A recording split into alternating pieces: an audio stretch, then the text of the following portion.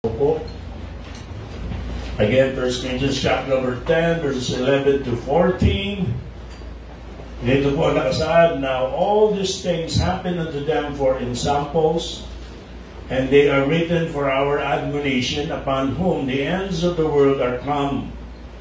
Wherefore, let him that thinketh he standeth take heed lest he fall. There hath no temptation taken you, but such as is common to man. But God is faithful, who will not suffer you to be tempted above that ye are able, but will with the temptation also make a way to escape, that ye may be able to bear it. Wherefore, my beloved, my dearly beloved, flee from idolatry. So ito po ay hindi lang continuation ng ating pong panggabing series, Defeating the Menacing Giants, Spiritual Giant series. Ito rin po ay pagpapatuloy po ng ating panglimang paksa sa ilalim ng setting ito na hindi natin natapos.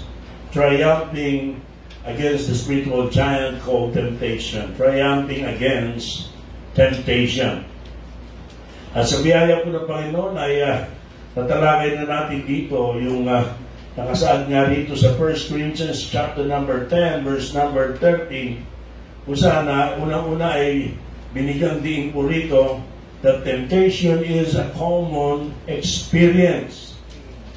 No, wala pong sino man sa atin ang pwedeng magsabi na tayo ay parang special case na yung ating pong kinaharap na tukso ay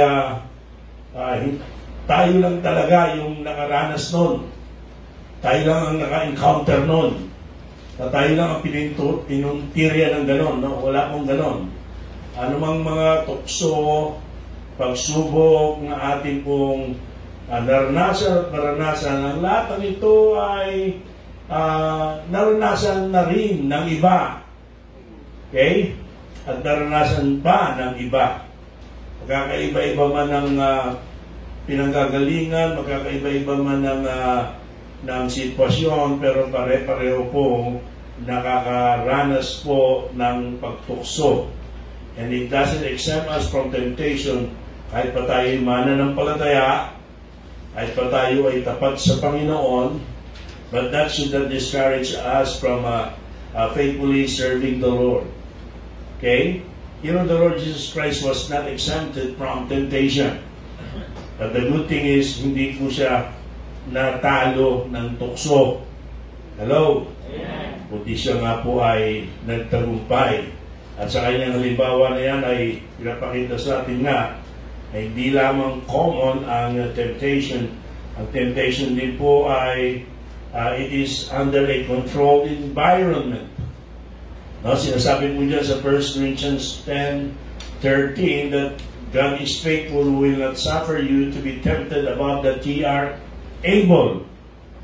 Ibig sabihin ay hindi hihigit sa pinapahintulot ng Panginoon at sa batid ng Panginoon na kaya natin ang panunukso at anumang gagawin laban sa atin ng dyablo. No, hindi po hihigit sa pahintulatan ng Panginoon. Kontrolado niya ito. Still in control of it. And therefore, yan po nagbibigay sa atin ng kumpiyansa upang tayo po ay lagi pong merong pananaw ng pagtatagumpay at hindi pagiging talunan sa anumang tukso na darating sa ating buhay. At ngayon po ay dito po tayo sa pangatlong puntos natin. So the third point natin dito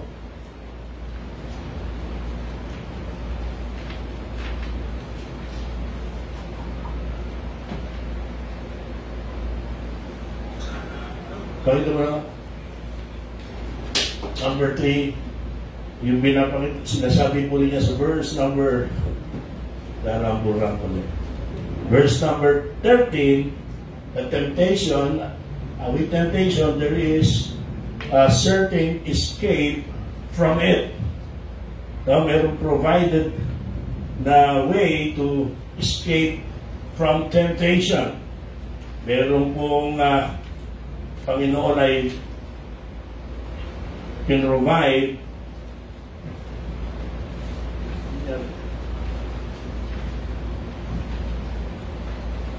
para ito po ay ating mapagtagumpayan. Wala.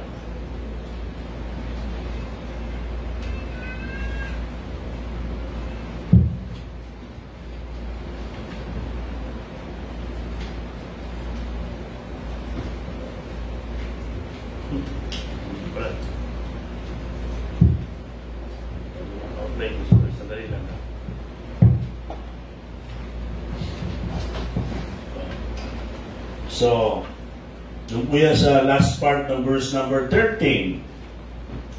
But will with the temptation also make a way to escape, that ye may be able to bear it.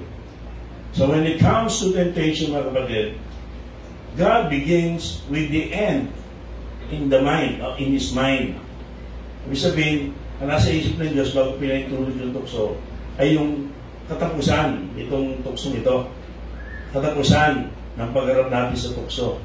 He already knows exactly how we can escape from it. Alam niya na, okay, pinahintulog sa iyo, sa atin. Alam ng Panginoon, pero alam niya na rin kung paano tayo makakatakas, makakawala, okay, at magtatagumpay dito. Ang ating pong tendency na naiisip ay ang Diyos ay habang tayo ay tinutokso, ang Diyos ay nanonood, at ang Diyos ay parang nakita yung nangyayari sa atin na parang natitend siya at nakaabang siya na sige, maghuhulog ako ng lubig para saluhin siya, para sa tulungan. No? Hindi yung ang Panginoon ay panatag dahil alam niya na sa umpisa pa lang yung ending ng sitwasyon. Nakuha niyo po ba? No? Kasi sa katotohanan, God has it all mapped out, and He had it done long before na tayo panganak. Bago pa tayo panganak. Tanda natin ang Panginoon na hindi subject sa time, no? And hindi siya subject sa time limitation. So bago pa man, so umpisa pa lang, yun po yung omniscience ng God at yun ang wisdom ng God. Lahat ng yun ay na-map out niya, naayos niya na. He knows our circumstances, He knows our character, and He knows the plan that will provide victory, okay, and para sa maturity natin. So as our crisis unfolds, mga kapatid, alalahanin natin ang bagay nito that God has already provided the way of escape we need. Let's engrave that into our hearts so we'll remember it the moment we're tempted. No? Pag tinutokso ka, ang Panginoon ay nag-provide na sa akin ng paraan para ito ay aking mapagtagumpayan, ito ay aking malampasan, ito ay aking maharap. No? The escape hatch that He provided is nearby, and the door is open. At bakit? Uli, balikan po natin sa Hebrews chapter 2, verse number 18, kung saan sinabi ron, no? For that in He Himself, ang Panginoong Kristo, had suffered being tempted, He is able to succor them that are tempted. No? Dahil po ang ating Panginoon Kristo rin ay nag-suffer at naka-experience ng temptation, bagamat hindi po siya nahulog dito, kaya paman He can help us through our sufferings. Because He walked the road of temptation. He knows the right and wrong turns. Di ba? Halimbawa, kung ikaw ay pupunta sa isang lugar, may mga naunang nang nakapunta sa lugar na yon, so sasabihin sa iyo, ganito, pupunta, itong direksyon, dito ka pupunta, huwag kang kakanan, no? Kaliwa, huwag kang kakaliwa, kanan. At Kaya nila sinasabi yun dahil nadaanan na nila yun. Nalampasan na nila yung lugar na yun. At narating na nila yung destinasyon. At dahil doon ay makakaasa tayo na hindi tayo mapapaliwara, hindi tayo maliligaw, at hindi tayo mapapahanga. Lalo na sa Panginoon. Alam niya na ang damdamin ng tuksuhin nung siya ay magkatawang tao. Kaya alam ng Panginoon ang pamamaraan kung paano ito mapagtagumpayan. At siya rin naman ay ang tutulong sa atin para mapagtagumpayan ang anumang tukso na ating kinakaharap sa buhay na ito. So Jesus is actually saying, in a way he's saying, I know exactly what you're facing. Follow me. Let me show you a way out of here that I found myself. Sumunod ka lang sa akin. Sundin mo lang yung aking direksyon, sundin mo lang yung aking payo, sundin mo lang yung aking sinasabi, at ikaw ay makalalampas sa tukso, sa pagsubok na yan. You see, over time, mga kapatid, I believe, I've discovered that temptation isn't so much a matter of what we do, but of whom we love. Ang tukso po ay hindi talaga tungkol sa kung ano yung ating ginawa o gagawin, kundi kung sino yung ating sinasaalang-alang, yung ating minamahal. Di ba? Kagaya nun, isang lalaki ay hindi papahulog sa tukso ng sinumang babae dahil sinasaalang-alang niya yung kanyang asawa na kanyang mahal. Ayaw niyang saktan ito. Ayaw niyang sirain yung relasyon nila. Pati yung mga anak, ayaw niyang pati yung kanyang pamilya na makaka-apekto sa anak ay masira ang kanilang buhay, ang kanilang di ba? Tahanan, ang kanilang pamilya. Ang sinasaalang-alang, hindi yung tawag ng laman, hindi yung tumutukso, kundi pinapahalagahang mahal sa buhay. Narinig?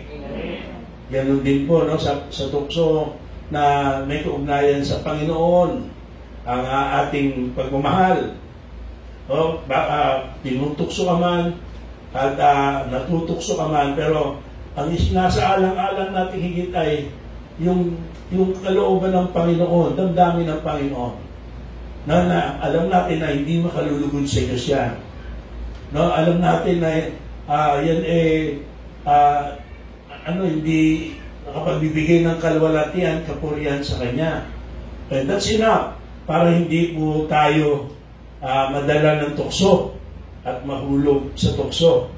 Kaya nga ulitin natin, hindi ito talaga issue yung kakayanan natin o hindi issue ng ginawa natin at gagawing issue kung sino yung ating totoong minamahal at totoong pinapahalagahan.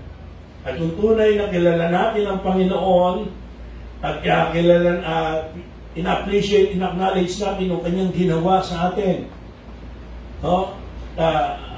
If I'm not mistaken, it's Polycarp na tinutukso siya, na binubuyo siya sa panahon ng persecution, na itakwil niya si Jesus Christ, na i-renounce niya yung faith niya kay Jesus Christ, na sinagot niya na kailanman di nagkulang sa akin ng Panginoon.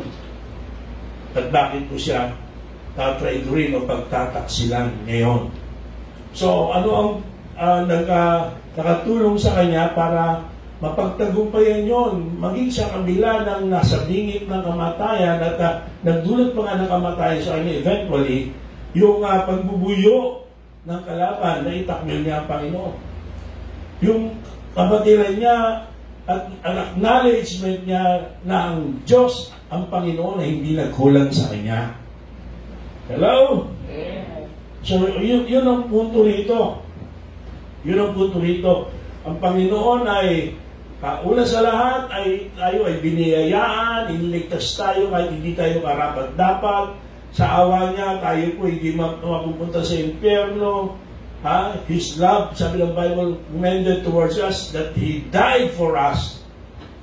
Sino tayo para gawa ng Panginoon? Kaya nga, biyaya at awayan ng Diyos. Tapos, gaganti natin, tatraidorin natin siya. Tama ba yun?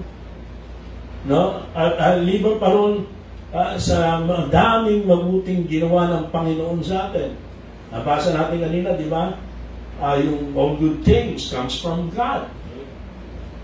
So, napakaraming mabuting ginawa ng Panginoon sa atin. Tapos, dahil lang sa pansamantalang saya, na hindi naman totoong saya, superficial. Pansamantalang pakinabang, na ito hindi naman madadala sa kabilang buhay, ay papahulog ka, papatalo ka sa tukso, at sasaktan natin, tatalikuran natin ang Panginoon na hindi nagkulang sa atin. Kayo na sumagot kung yun po ay makatwiran. So, malimit, no? Ang tukso po ay mapagtatagumpayan kapag nakita po natin, inalala po natin, totoong pinapangahawakan natin ang kabutihan ng Diyos sa ating lahat. That's why worship and fellowship with God is very important. Every day.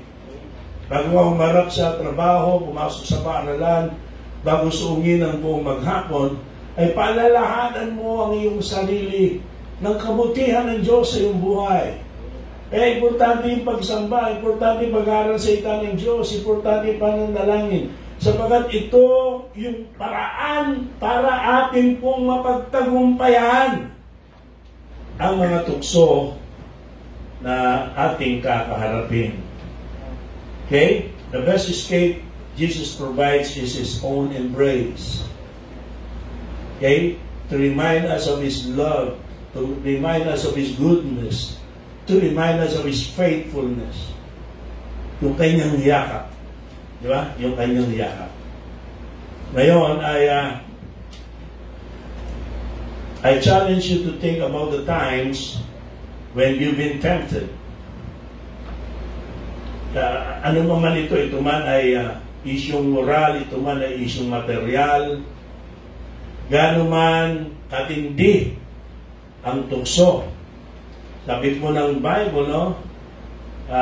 Aware tayo na of the defining moment sa tukso niya. What is the defining moment? No? Yung, alam natin kung paano yan, na yun ay dapat nating iwasan o dapat nating huwag tayong magpahulog. Diba? Wala yung bigla na lang ng tukso at talaga na lang, sumunggab na lang. Hindi. Meron tayong pagkakataon, pag-isipan. Hindi na ito yung aksidente. Diba na tayo nabigla, wala tayong magagawa. Pero ang tukso, okay, ito man ay isyong moral o isyong material o ano pa man, wala mong sasabi dito na wala kang tawag na defining moment na pwede mong pag-isipan bago mo gawin. Diba? Pwede mong pag-isipan kahit na hindi gano'ng kahabang panahon, but you have enough time para pag-isipan, enough time para alalahanin yung ginawa ng Panginoon sa'yo. Yung pwedeng maging epekto ng tukso. Nakikinig po? No? Yung pwedeng maging masamang idulot nito, epekto nito. In fact, sa ganung mga panahon, doon natin marinig yung still small voice of God.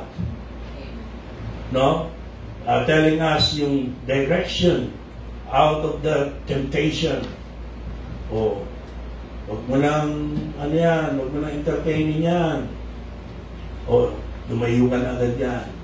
O, ilipat mo na agad yan, yung nakikita mo yan. Sa television man o sa social media. Na merong oras para pag-isipan at nakita natin na dapat nating takasan yung tukso. Okay? So, pwedeng maisip mo agad, this is wrong. Yun yun. And you must avoid this. And you can avoid this. Nakuha mo ba? Yeah. Okay? We have our best opportunity to walk away. Kaya nung tinukso ng asawa ni Potiphar si Joseph, nakita nyo, nakapag-isip agad siya, meron siyang defining moment. Sapat na yon. At ang ano ang pinagbatayan ng kanyang desisyon? Yung kabutihan sa kanya ni Potiphar. Naging mabuti sa akin ang asawa mo, na lahat ay pinagkatiwala sa akin, liban sa iyo. At sapat na yun para ano? Tanggihan niya yung tukso, yung pagtukso. Na yung moment na yun, ay meron din si David. Ngunit, hindi niya sinaalang-alang una yung ginawa ng Diyos, yung kanyang gagawin ay makakasakit sa Panginoon. Kaya nga pagkatapos ng pangyayari niyon, ang sabi niya doon sa Psalm 51, Panginoon, sa iyo lamang, sa iyo, una sa lahat, sa iyo ako nagkasala. No? Alam niya yung kasalanan sa Diyos yun eh. Alam niya yun. Alam niya na hindi nagkulang ang Panginoon sa kanya. Ang pangalawa, nalaman niya kay Uriah pala yun. Si Uriah ay tapat niyang tauhan. No? Alam niya na masakit yun para sa kanyang tapat na tauhan. Pero sa kabila ng mga bagay na yun, for him to be able to escape that temptation, eh mas pinili pa rin niya gawin yung mali. Kasi hindi sinasabi natin may mga pagkakataong hindi mo mapigilang dumapo ang ibon sa iyong ulo. No? Si Martin Luther ang gumamit ng analogy nila. Pero nasa iyo ang problema pag hinayaan mong mamugad yan sa ulo mo. Magkaitlog at magkainakay pa. So ang tukso, hindi mo inasa, napunta ka. Nung si Joseph ay pumasok sa silid na yon, lagi naman siya pumapasok dun eh. Pwede niya batid na yung oras na yun, tutuksuin siya. So dumapo ang ibon, pero hindi niya hinayaang mamugad sa kanyang ulo. Kay David, hindi lang dumapo pinapugad niya pa, pinaitlog, pinainakay pa. At alam naman natin ang consequence nun sa buhay ni David. At hindi niya pwedeng i-blame ang God. Lord hindi ko naisip na kaya kong nagawa ko yung mga bagay. That's wrong. Alinaw sabi ng Bible, walang dating sa atin ng hindi nangigit sa ating kakayanan, at lalo na walang dating sa ating tukso na hindi mismo ang Diyos ang nag-provide ng paraan para ito ay ating matakasan. Para ito ay ating mapagtagumpayan. Tayo na yun. Si David na yun. So pag nakita mo yung exit sign, try to imagine this. Nung bata pa ako, dinanood kami ng tatay ko sa sinihan. Exorcist 2. Wala pa naman tayo masyadong sa mga horror na yan. At sa Avenida yan yung mga sinihan dyan. Nakakatawa, dahil ang ginawa po ng sinihan, pinatay yung screen, tapos habang gumulutang yung napoposes doon sa pelikula, meron silang manikin na pinadaan doon sa tao. Parang ginawa niya kunyari, naging buhay at lumabas sa screen. So, nagkagulo mga tao. Nagkagulo. At alam niyo pag gano'n, no? Ano ang unang hinanap ng mga tao? Ano unang hinanap ng mga tao? Direksyon palabas. No? That's not the first time. Ang mas matindi, yung earthquake, yung pelikulang earthquake, tatay ko rin kasama ko noon. Nang ginawa ng sinyan, din yung mga sinyan na surround ko yan, na pag earthquake talagang ang lakas ng speaker, na yung sinyan talagang yayanig. At dahil doon may nagpanik, naalala ko ba't nagpanik, na akala ay lindol talaga, kaya nagtakbuhan agad. Saan ang punta? Sa fire exit, sa emergency exit. Ang tatay ko sabi, relax ka lang yan. Ton, anak, relax ka lang yan. So, ilan sa mga memorya na kasama ko, tatay ko. At tayo rin naman, di ba? Pag may lindol, may sunog, anong unang yung fire, yung emergency exit. Kayo ba pag pumunta kayo ng isang building, hindi nyo inaalam agad kung nasa yung exit? Normally, sa mga building na pinupuntahan natin, mga facilities, yan ang mga nakabungad, yan ang mga may direksyon. No? Exit, sa aeroplano. Meron pang ilaw yun eh. Pinapaliwanag sa inyo bago lumipad yung aeroplano o kaya habang lumilipad na kayo nag-demo pa, paano yung gagawin, pag nagkaroon ng aksidente, gano'n. May instruction pa dun sa katabi ng yung exit door. So, pag dumating yung pagkakataon na magkaroon ng problema, di ba? Ano unang gagawin mo sa ganang sitwasyon? God forbid, nagkaroon tayo ng ganang sitwasyon. Pero sa literal na sitwasyon ganon, ang unang hanapin mo yung direksyon talabas. Hello? No? At ito ang tinuturo dito sa atin ng Panginoon, na ang Panginoon ay nagbigay sa atin ng direksyon at provide sa atin ng direksyon, talabas, patagumpay, kaiwas laban sa tukso. Okay? So, si missionary Jim Elliot, yung pinatay ng mga outcast Indian, no? Nasabi niya ganito, don't put yourself in a position to see how good your resistance is. When you feel temptation coming, get out of there. Yan yun. Get out of there. Huwag mo nang huwag mo subukin pa. Ayaw ko kaya ito? Na-try ko lang. No.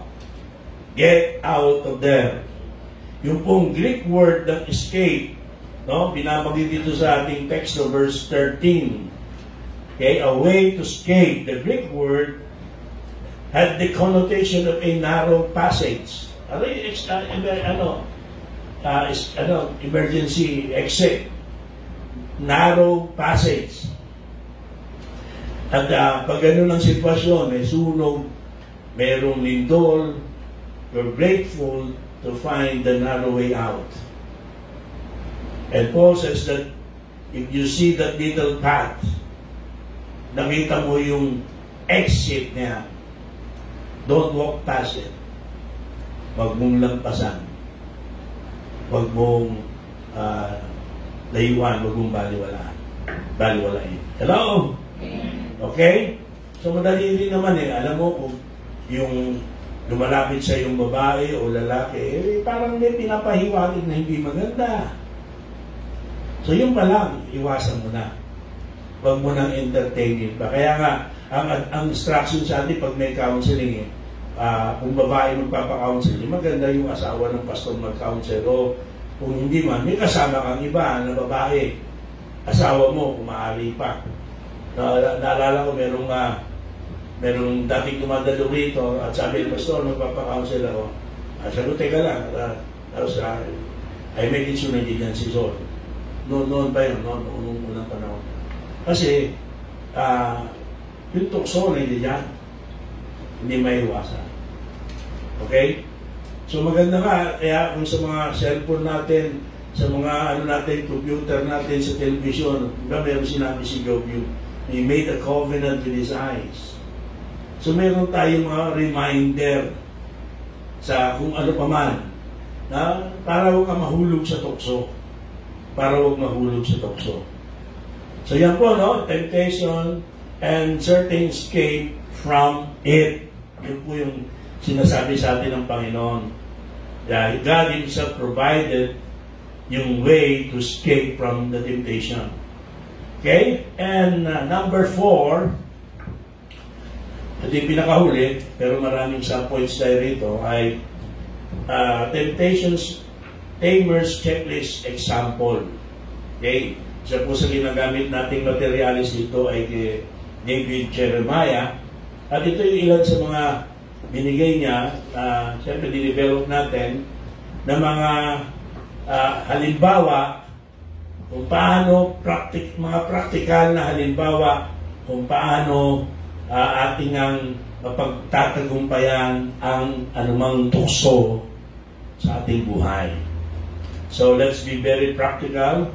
And the Bible offers us an arsenal of weapons to use against this giant of temptation.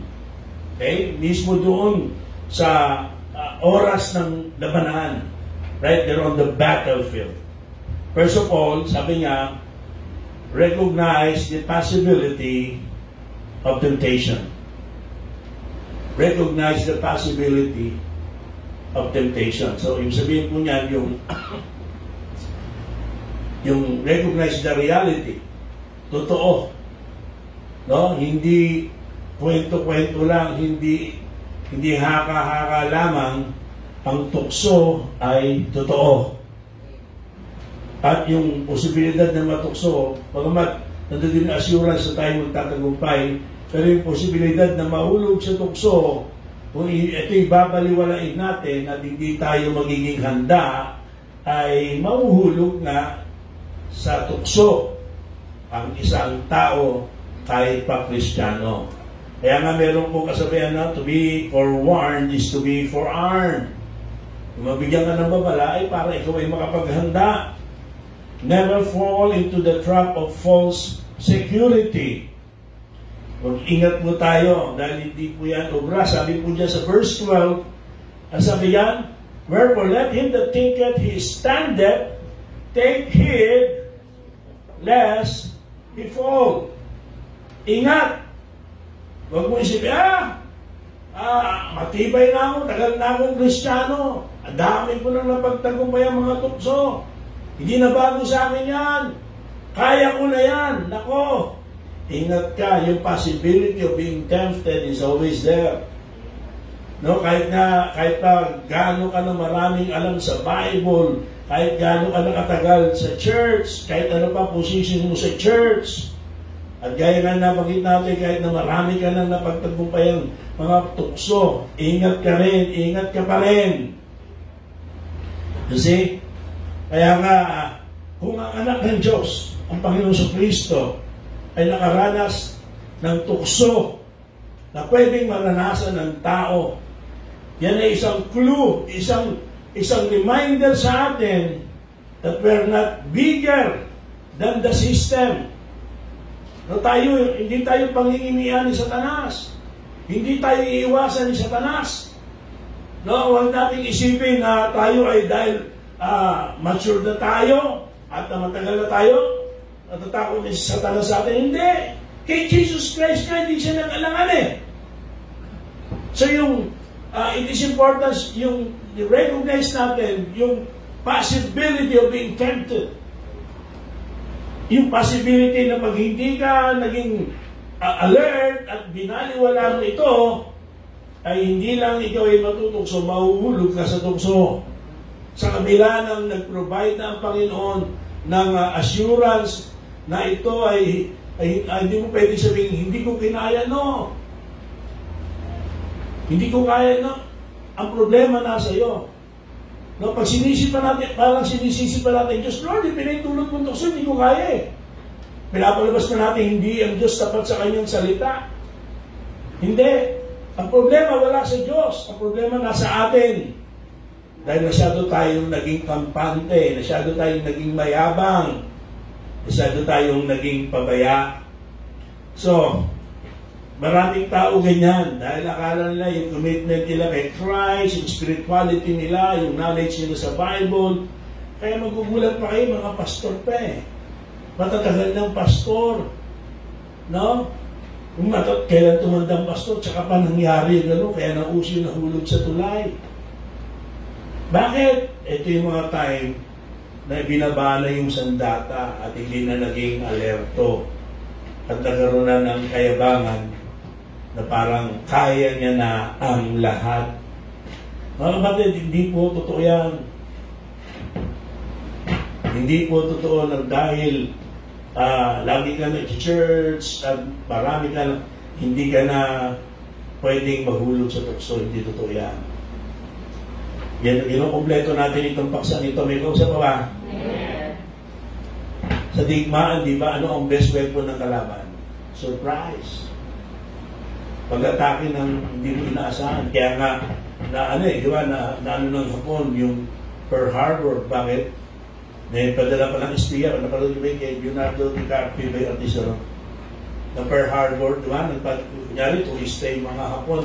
Yung pala, yung kanilang mga attaché case, may camera, nag-i-espiya na sila.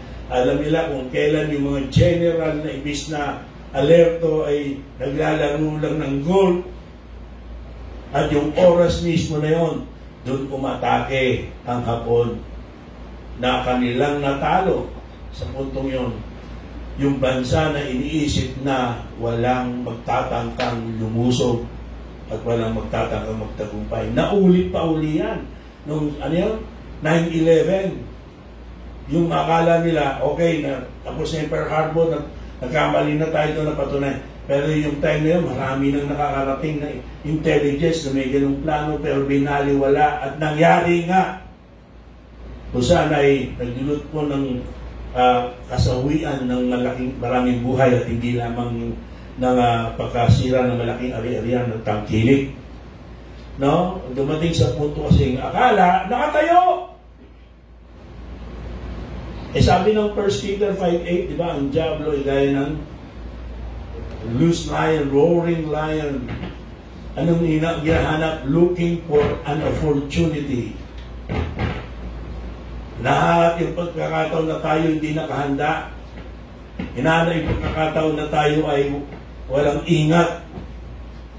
Hinahanap yung pagkakataon na mas matindi yung oportunidad o yung possibility na tayo ay matukso. So, yan po, huwag nating kakalimutan.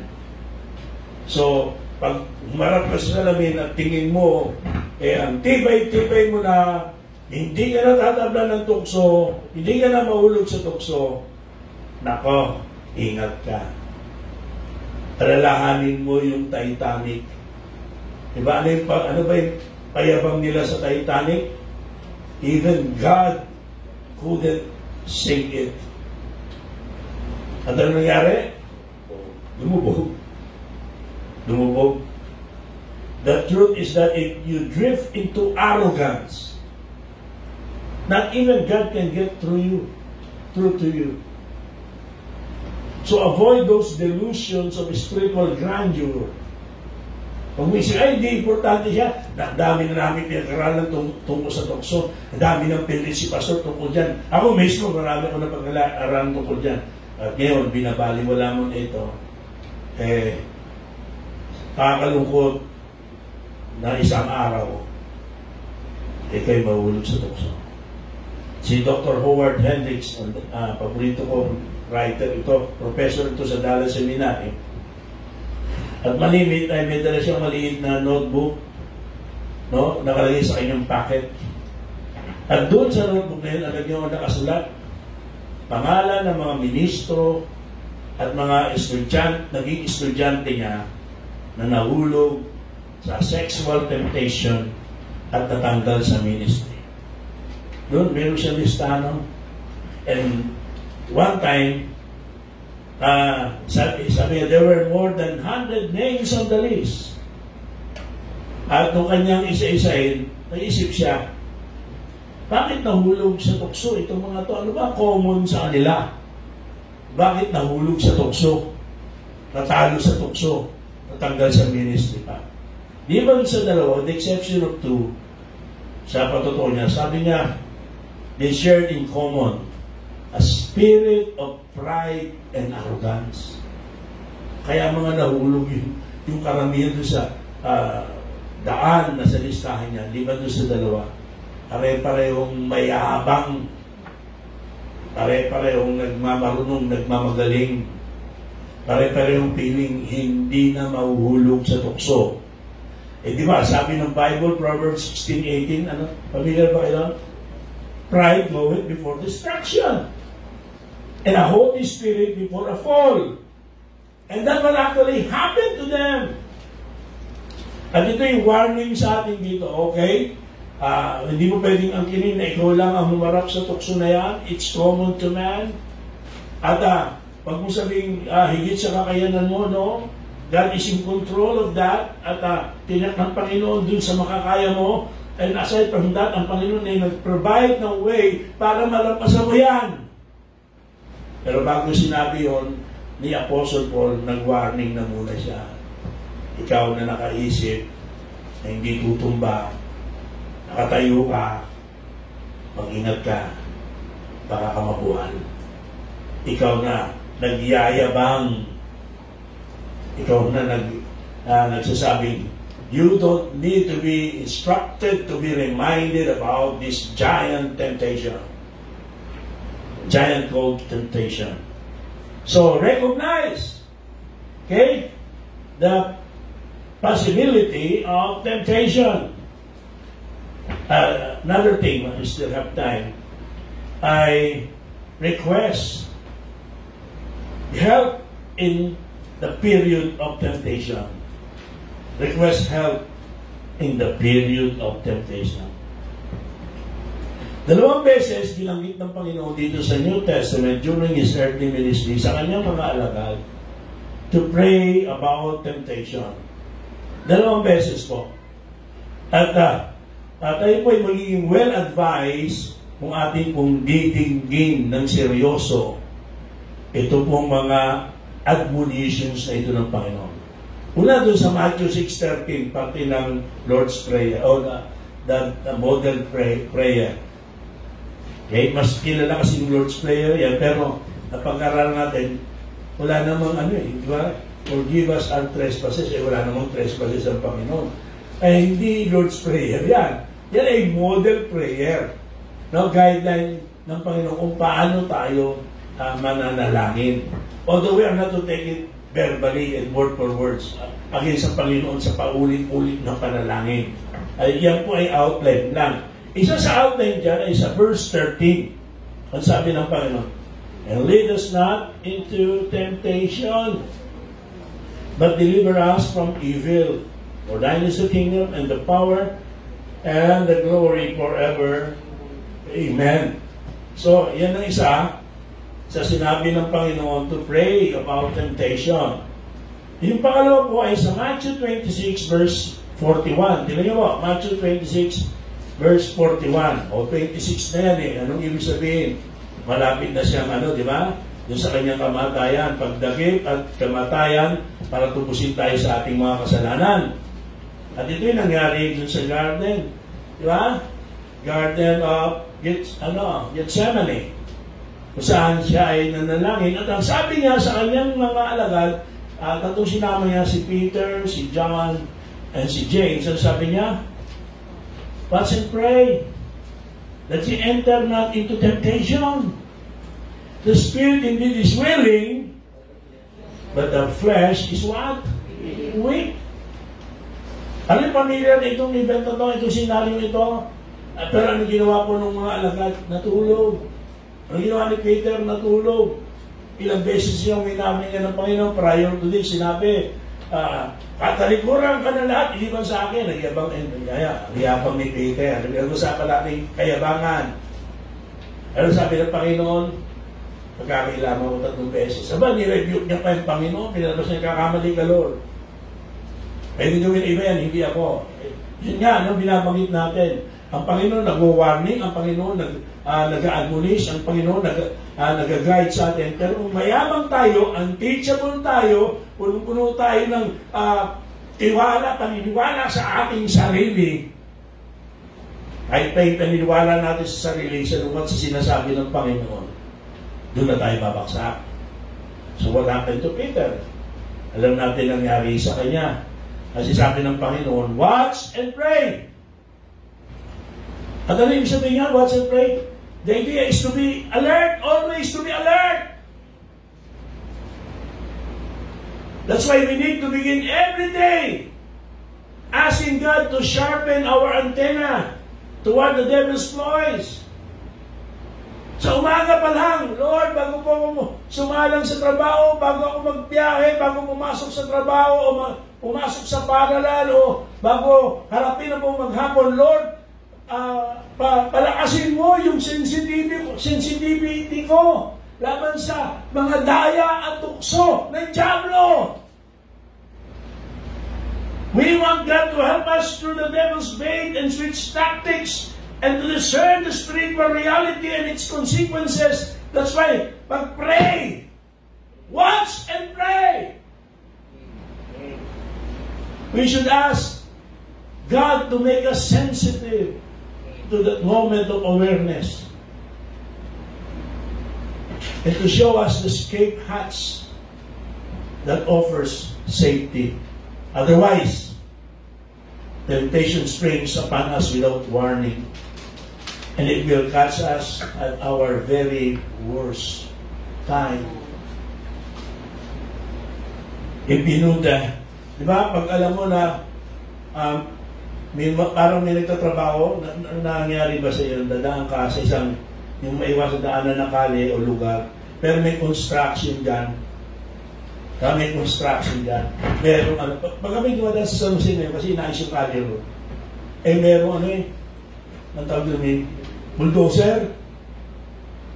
Dahil yung bulldozer yung kumukuha ng gano'n ng lupa. Yung pag kumikot yan, tinatamaan sa kalye.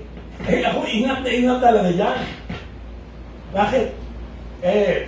Pag dinaan mo sa yabang dinaan mo sa bilis, mas malaki yung posibilidad tamaan ka yan o mabangga ka nung kasalubong mo kasi kinain na yung kalye. Diba kung naglalakad ka, na alam mo may mga nahuhulog yan. Pag pupunta kami ng Baguio, doon sa Canyon Road, ingat na ingat kami dyan. Bakit? Ang lalaki ng mga bato na uhulog dyan. May warning, ingat ka. Pag dumadaan ka dyan, nakatingin ka sa taas. Nakatingin sa kalye. Pag naglalakad ka doon sa mga lugar na mayroong mapangalip na mahulog, na hindi mo maiwasan, kailangan mo dumaan doon. Pero nakatingin ka, nakaready ka. Nakuha yung puntos. Yun. No, as you begin your day, you pray, and it makes you alert. Alam mo, nag-iingat ka, mga dapat mong pag-ingatan. Lalo na kung may mga, yung besetting sins, yung napagtagumpayan mo na yan Pero, di ba, maraming cases, napagtagumpayan mo na, pero makita mo sa sarili mo, nauulit mo pa. Hindi kasi naging alerto. So, alerto ka. Dapat maging alerto. Tapos manalangin.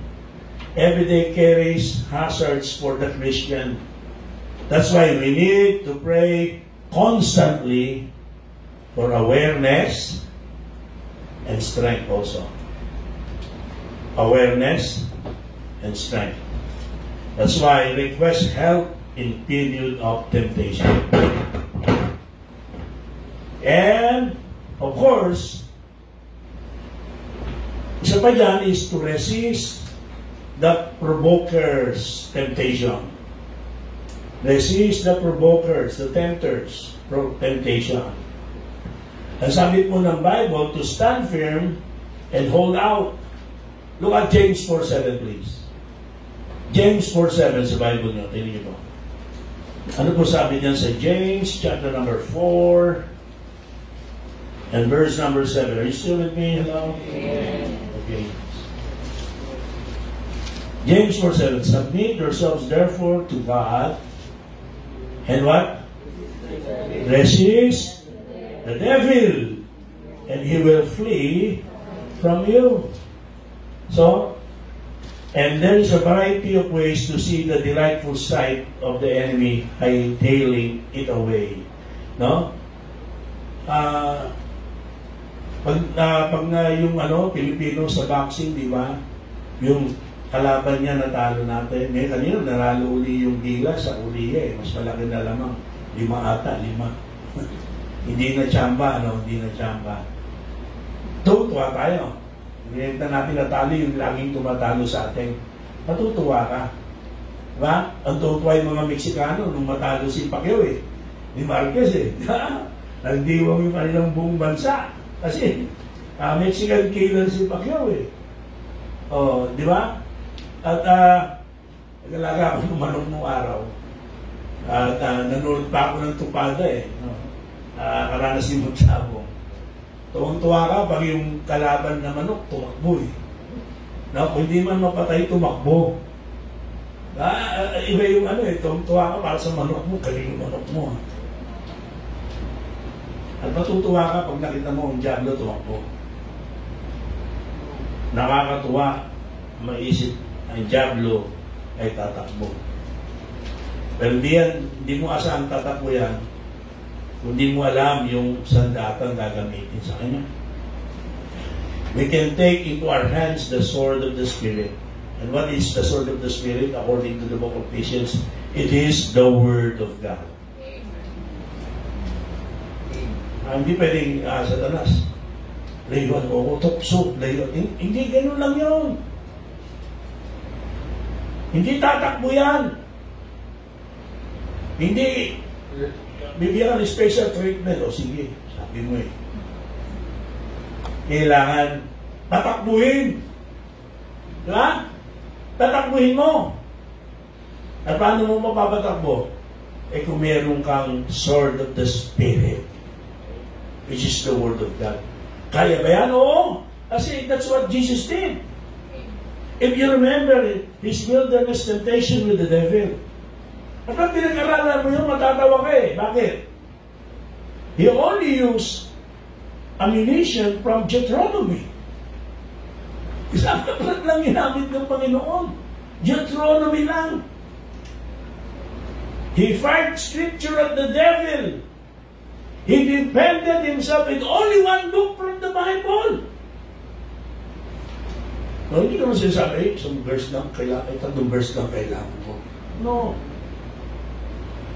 No, sinasabi sa atin ng Bible that the only way that can drive the enemy away ay yung the way that Jesus Christ dealt with him. And the Lord Jesus Christ countered every attack of the devil with the sword of the Spirit, with the Word of God. Ano sabi ng Bible? Satan departed from him. That's another word for fled. Tumakbo. Kumaripas ng takbo. Pag yung manok po, tumaas yung balahibo rito, tawag doon nangarayo, tatakbo na yan. Hindi nalalaban yan. No, patakbo na yan. Okay? So si Satanas, nangarayo. Tumakbo. Bakit? Ginamit yung sword of the Spirit. Are you still with me?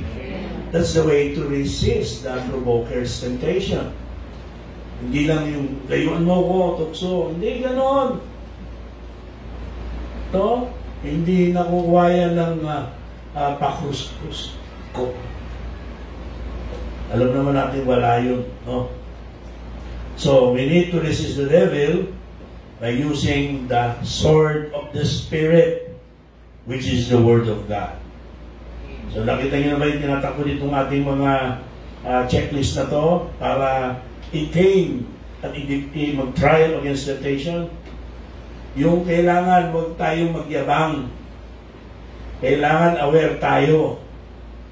Okay? Na pwede pa rin tayo mahulog sa tukso kahit gano'ng katagal na tayong Kristiyano. At dahil dyan, kailangan natin manalangin. Nakikinig ba? Humingi ng sensitivity against and awareness against the devil's tactics and strength. Pero kailangan meron din tayong sandata. We have the Word of God.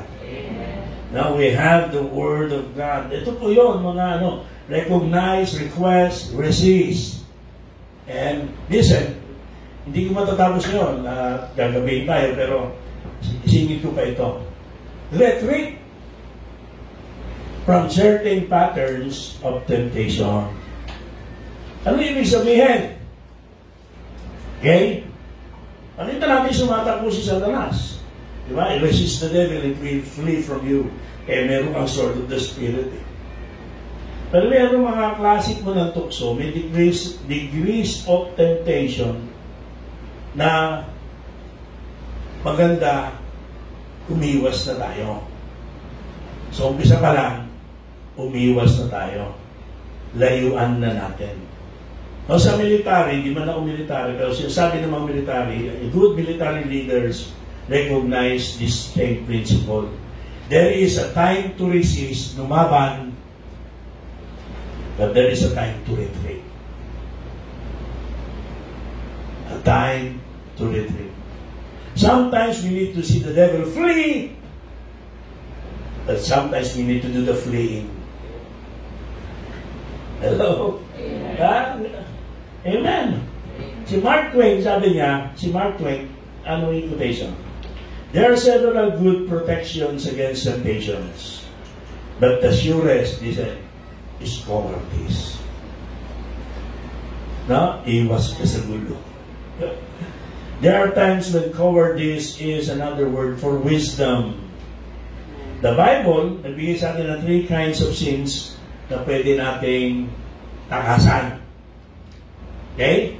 Tayo na umiwas. Dito sa 1 Corinthians chapter 10, tingnan nyo, in verse 14. We are to flee from idolatry. Yan, no? Sabi, flee from idolatry. An idol is anything that comes between you and God. Hindi pinag-usapan natin dito. Mga Kristiyano ito sinulatan eh. Hindi ito pagsamba sa ributo, larawan ang pinag-usapan dito. Anong pinag-usapan dito mga kapatid? Yung anumang bagay o sino pa man na magiging dahilan para malayo ka sa Diyos. Anything of value, okay, something that we value more than God is an idol. Mas pinapahalagahan natin kaysa sa Diyos ay Diyos-Diyosan. O, ang dami na natin tinalaki dito, hindi na masyadong mahirap ipaliwanag pa. So when you begin to realize that something is taking the place of God in your life, teka lang. You don't need to sit and ponder it. You don't need to write a thesis or call a meeting about it. You need to flee right away. Naagaw na itong Facebook na to, naagaw na ako itong Mobile Legend na to eh. Ano pa ba pwede sabihin, no? Ako nag-aalaga ako ng alapate, maaga pa lang. Kailangan ko na maglinis doon, nahiya ako sa kapatid ko pag wala ako nag-ano. Pero I make it sure na may oras ako to study the Word of God. To study, to prepare. Hindi ko gagawin Diyos yung kalapate. Pero pinag-inibangan ko yan at gusto kong pagkakitaan din para hanap buhay din kasi. Gagawin hindi ko pa nagagawa sa ngayon. Pero ang puntos ko, anything can be an idol. Yung iyong barkada, ang iyong pag-aaral, ang iyong trabaho. Pati si pastor, pwede maging idol. No, yun nga, naiisip ako eh. Sino yung kausap ko lang sinasabi. Nakakatukso din, alam mo, matutokso ka pag ano ka sa Facebook. Matutokso ka pag nakita mo ibang pastor na ano. Okay? May birthday na, may anniversary pa, may pastor's month pa, okay, liban pa sa anniversary, mission conference at Thanksgiving, 6 na yun, meron pang Father's Day. Lahat yan, hindi lang may pagbate. Lahat yan may regalo. Lahat yan. No, nakakatuwa yung mga member. But I beginning to think na para namang si pastor na. Puro kay pastor. No? Kaya, pwede naman gawin yun eh. Oy, Father's Day tayo. Oh, may October, Pastor's Month. Siguro kung may siningit ako, birthday, tayo-tayo naman nagkainan yan. Pero kahit Nations Conference, hindi ako kasali dyan. At kung titignan mo sistema ng iba, makakadama ka ng inggit, buti pa sila, alala. Kaya yung pinag-usapan natin ngayong umaga, yung pagtayo, paninindigan, sa Word of God, maraming mga practices na ginagawa ng tao ay paghanik in origin. Ang nag-iisa sa eye-opener sa akin yan ay yung, bagamat hindi yung talaga mangyari, yung sinabi ng Panginoon kay Ezekiel, there's a hole in the wall. Sabi niya, dig a hole in that wall. At nang silipin, nakita niya yung mga nasa loob ng templo, yung mga leaders ng Israel, sumasamba sa mga Diyos-Diyosan. gumagawa ng mga paganic practices. Nasabi ng Diyos, I just posted it down, and nag-post ako kanina, tingnan niyo po yan. Nasabi ng Diyos, abominable. Nasa ending sabi, hindi ba ako, babaliwalain ko ba yan? The term that was used by God sa Bible ay fury. Furious, God is furious. Kaya maraming pumapasok sa ministry kasi yan na sa isip. At marami na hirapong church sila kita sa iba, gusto gayahin lahat. Now, I'm not questioning the motive. But there's danger mula dyan. Pag ikaw, pastor, nakita mo gano'n, isipin mo, nako. Buti pa sila mahal ng church, buti pa sila, pero hindi ganun ang sukatan ng pagmamahal. And time and again, ipupos ako, beware of pastoral tree. Isa kahit mali na yung pastor mali-mali na ginagawa ng pastor, accepted pa ng tao. God forbid. But listen, yung sa pastor na nangyari yan, sa iyo pwede mong ingat ka rin. Yung higit mong pinapahalagahan kaysa sa Panginoon. Flee from idolatry. Hello? Ha? So, kailangan may tumakas. Now, 1 Corinthians 6:18. Ano pa sa akin? Mga bagay na dapat takasan. Mga bagay na dapat harapin, resist, lumaban, use the sword of the Spirit.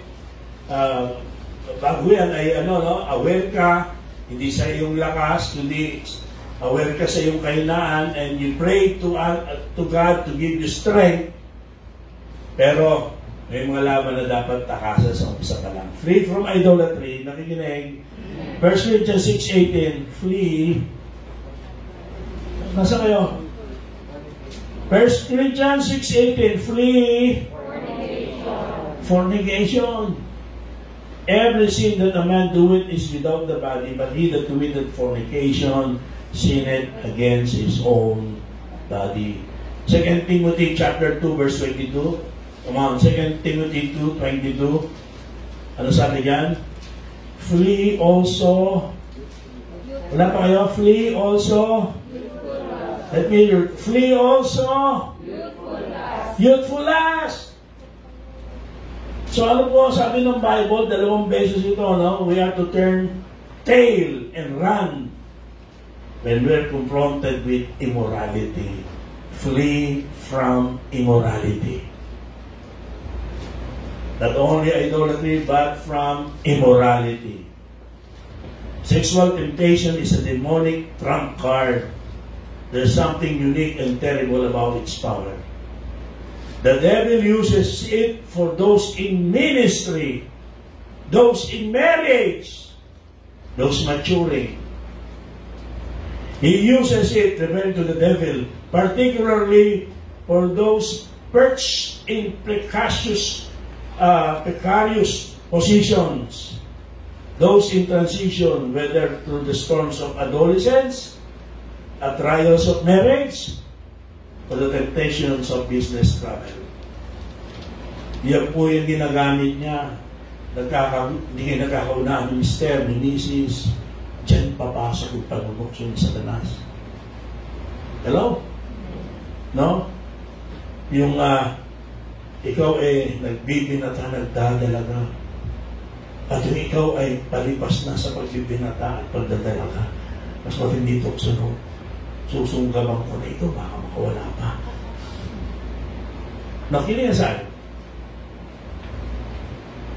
Alala po natin ulit si Joseph, di ba? At yung edad niya ng mga panahon na yan, hindi pa naman siya katandaan. Nakita natin na magandang lalaki si Joseph. But when the wife, nabanggit na natin kanina, alam natin ito, approached Joseph with their offer. He did just what the Bible prescribes. Ang ginawa ni Joseph?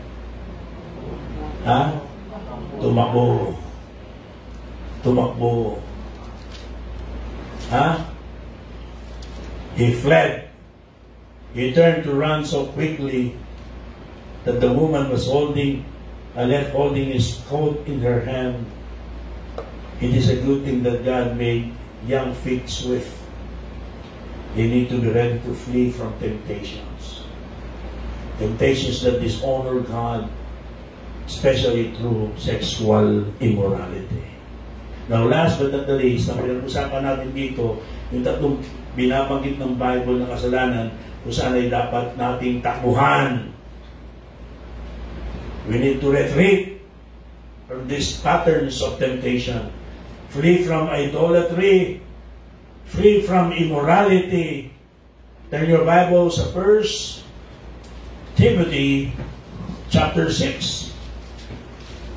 O dito tayo magtatapos ngayon. Hindi pa tapos ha. O dito tayo magtatapos. 1 Timothy chapter 6. Ano sabi po dyan sa chapter 6 na yan? From verse number 10 to 11. For the love of money is the root of all evil, which while some coveted after, they have erred from the faith and pierced themselves through with many sorrows. 11. But thou, O man of God, para sa kasi si Timothy, di ba? Pero di lamang para sa pastor to, di lamang para kay Timothy. Thou, O man of God, flee these things and follow after righteousness, godliness, faith, love, patience, meekness. So, ano yung pangatlo? We need to flee from inordinate desire for money. Inordinate mammonism, di ba? Desire for money.